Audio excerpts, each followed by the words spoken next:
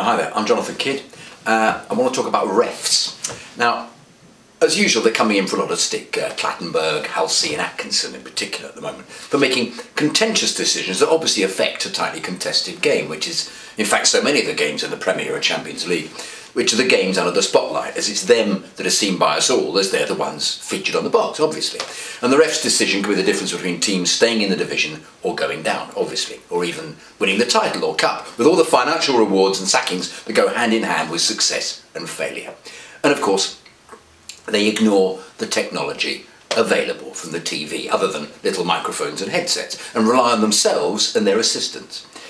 In the Champions League and the Europa, we now have the addition of a man in tights, because he just stands there, so needs all the thermal protection he can get, no running around required to stand on the goal line, to help with penalty incidents and the ball over the line, though, forgive my observations, they appear, like the fourth official, to do absolutely fuck all. The usual strange FIFA-led argument is that we should just accept the refs' myopic or ridiculous or inconsistent behaviour as, to paraphrase their bewildering pronouncements, to debate a ref's decisions is part and parcel of the joy of watching the game. To tear a ref apart for incompetence is to be involved in the essence of football, as refs are only human and make mistakes, and we should all accept that that is what makes this such a fascinating game. We can all shake our heads in disbelief and laugh at such stupidity when we can see how ludicrous their decision actually is.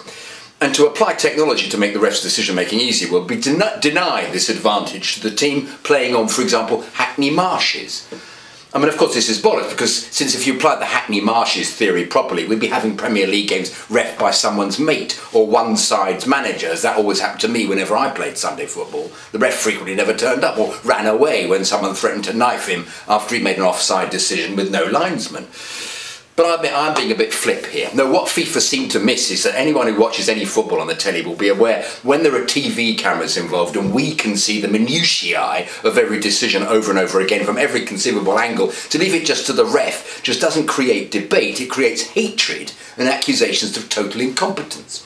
You don't just make a kind of, ha, poor old Clattenburg, he got it wrong noise when he fails to send Wayne Rooney off for elbowing James McCarthy in the face. You ask what the fuck is going on and question his competence for continuing to referee, and the media go berserk, as do the managers.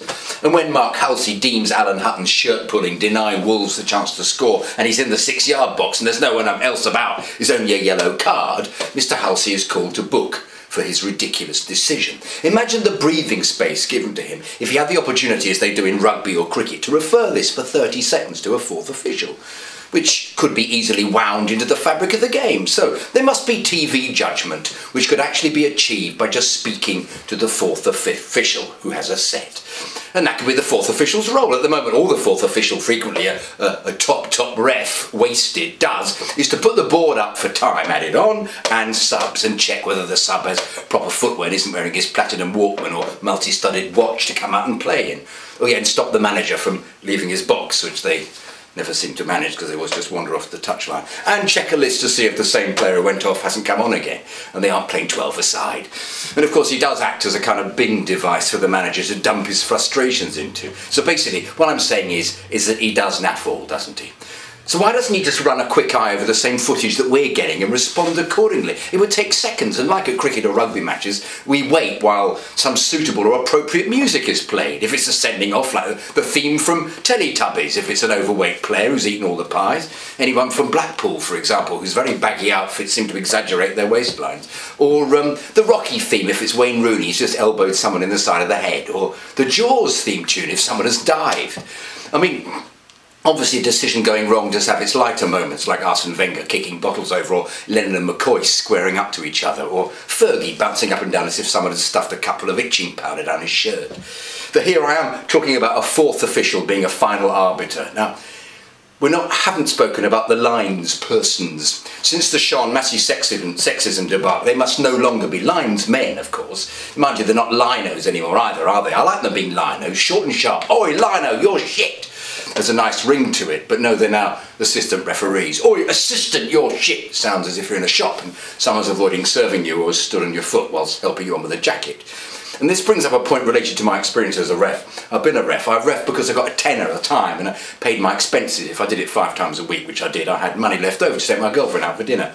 Mind you, she chucked me because I was reffing too much. The stories of people threatening me and my desire to debate offsides and dirty tackles wasn't ever in her remit as to what she wanted in a boyfriend.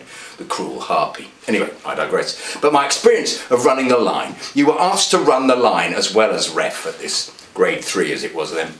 And you were treated very much as a second-class citizen. The number of times I was told only to do ball in and out of play and offside by some bloke whose decision-making, which I watched from the sidelines, was laughable, who really needed all the help he could get. Because the lines person has a different angle and should be constantly consulted, even if the ref thinks he got it right. He or she on the line is an extra pair of eyes whose opinion must be taken into account. But I detect fear in some assistant refs' eyes or body language. They're clearly assistants, despite being qualified refs. I mean, the man in the middle can overrule them, but the number of times the liner waits for the ref's decision before flicking his flag up. And I wonder if it's still the same I'm in charge mentality that I experienced that prevents them from acting as a team. In rugby, the lino's an active ref, not just a lino. We never see linos in football become top refs. It's as if the lino isn't good enough to make it to becoming the man in the middle. The sight of a rugby lino walking onto the pitch to make his point with the ref always makes me realise that the team of linos and refs in rugby is completely equal. There's a strength in this body language. The ref always approaches his assistant in football, and let's be frank, the lino in football always looks a bit of a dick. Despite the fitness test they have to do to be fit enough to run the line, some have eaten all the pies and, let's face it, aren't quite up with the run of play now the ball is whisked backwards and forwards by super fit footballers who are younger than them who ping it backwards and forwards. So a solution would be to have an elite group of refs who all swap the reffing and line running activities about. So you could have a game with Phil Dowd in the middle and Mark Clattenburg on one line and Mark Halsey on the other, and then change them all about for the next game. Now that way we'd have more respect for the dream team of officials and would not deny them a few moments to discuss the incident. The players would have to behave better as well, as they feel surrounded by refs with whom they were familiar. I'm warming to this, all top refs and TV technology, and refs having to explain their decisions at the end of a game. Mind you, you wouldn't need that, would you? Because if there was TV technology, they would have got it wrong.